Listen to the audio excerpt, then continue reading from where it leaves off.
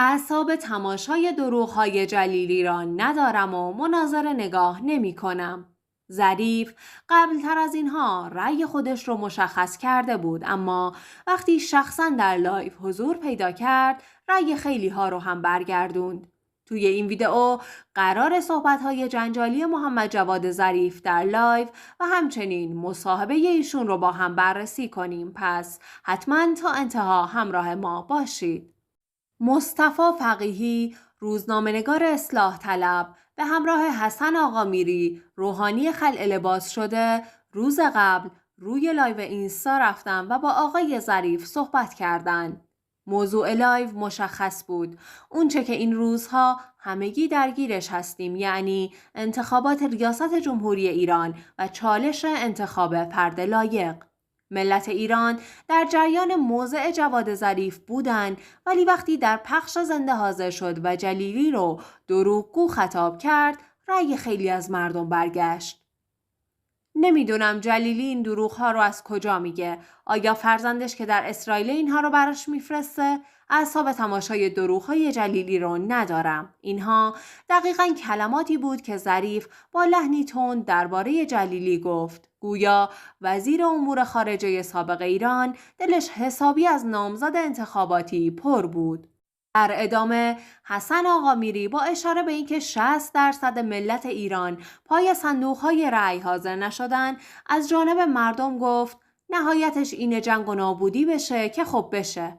آقای ظریف اما توصیه داشت مردم در خواب و خیال زندگی نکنن، چرا که هیچ جای دنیا انتخاب‌های عالی پیش روی شما قرار نمیگیره و اگر مردم رأی ندن انتخاب کردن که اقلیت بر اونها پیروز بشه. همچنین اضافه کرد که قربانی جنگ نه جلیلی و وزرا بلکه مردم هستند.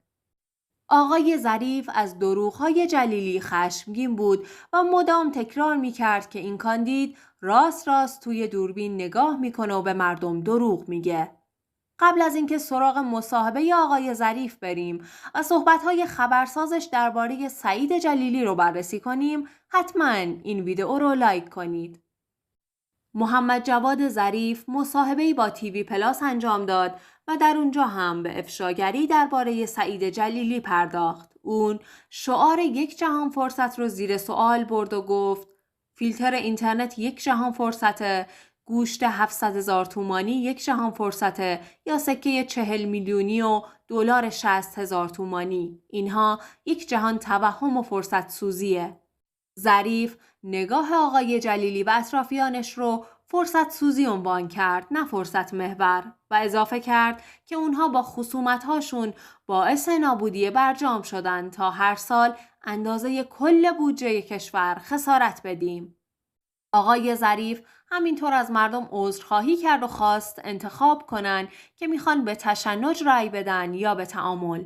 در این مصاحبه تماما شاهد حملات تند جواد ظریف به سعید جلیلی بودیم. ایشون از جلیلی خواستن که برای مردم قصه تعریف نکنن و سرشون رو کلاه نذارن، چرا که طبق ماده 36 برجام در صورت بازگشت تحریم ها ایران امکان خروج از برجام رو داشت، اما خارج نشد و امروز سعید جلیلی در مناظره میگه ما با این کار وفای به عهد کردیم.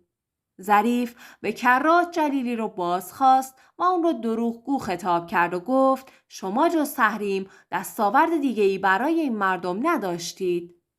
نظر شما درباره صحبت‌های محمد جواد ظریف چیه؟ حتما برامون کامنت کنید و کانال رو سابسکرایب کنید تا از جدیدترین اخبار مطلع بشین.